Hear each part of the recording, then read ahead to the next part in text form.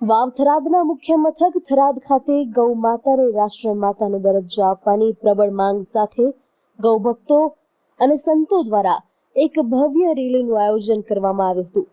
થરાદના હનુમાન ચોકથી રામધૂન સાથે નીકળેલી આ વિશાળ રેલી કલેક્ટર કચેરી પહોંચી હતી, જ્યાં સંતો અને ગૌ ભક્તોએ કલેક્ટરને આવેદનપત્ર પાઠવ્યું હતું.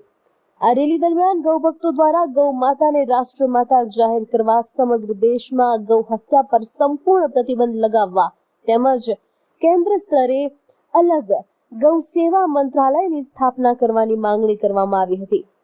વાવ થરાદ જિલ્લામાંથી મોટી સંખ્યામાં ભક્તોએ આ અભિયાનમાં જોડાઈને હસ્તાક્ષર કરી સમર્થન આપ્યું છે. સાથે જ જો આગામી સમયમાં આ માંગણી સંતોષવામાં નહીં આવે તો 3 મહિના પછી ગાંધીનગર ખાતે રાજ્યવ્યાપી આંદોલન કરવાની પણ ચીમકી ઉચ્ચારવામાં આવી છે. ધર્મનો મૂળ સિદ્ધાંત છે અથવા હિન્દુ ધર્મની કોઈ સર્વશ્રેષ્ઠ પૂજ્ય હોય તો એ ગૌ માતા છે અને ગૌ માતાનું સંરક્ષણ, સંપોષણ સુવ્યવસ્થિત રૂપે ભારત વર્ષમાં થવું જોઈએ.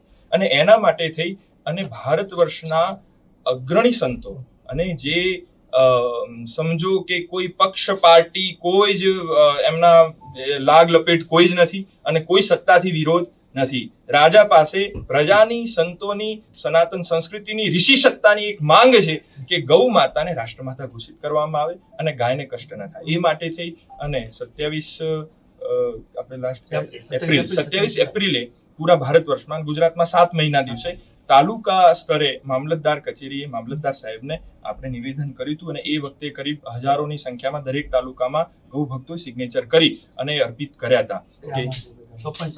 એ વખતે ભારતમાં 5.25 કરોડ સિગ્નેચર ભારતમાંથી આવ્યા અને 5200 તાલુકાઓમાં એ અર્પિત 5400 તાલુકામાંથી 5200 તાલુકામાં એ પ્રાર્થના પત્ર આપવામાં આવ્યું. આજે પૂરા ભારતના દરેક જિલ્લા મથકે કલેક્ટરશ્રીને અમે આવેદનપત્ર આપી રહ્યા છીએ. વાવ થરાદ જિલ્લામાંથી કરીબ 5.25 લાખ સિગ્નેચરો આમાં છે. 5.25 લાખ એટલા લોકોની વાસ્તવિક માંગ છે અને એ પેનડ્રાઈવમાં સંરક્ષિત છે. બધાના નામ, મોબાઈલ નંબર અને એમના સિગ્નેચર આમાં છે. હવે આ ગૌ સન્માન આવાન અભિયાનના આગળના વિષયમાં એવું છે કે જો હજી પણ આ કલેક્ટરશ્રીને આવેદનપત્ર આપ્યું છે, કલેક્ટરશ્રી આપશ્રી પોતાનો વાસ્તવિક ભાવ આગળ સરકારને તમે પહોંચાડો અને એમને આગ્રહ કરો કે વાસ્તવમાં આ પ્રજાની માંગ છે અને આ કાર્ય થવું જોઈએ.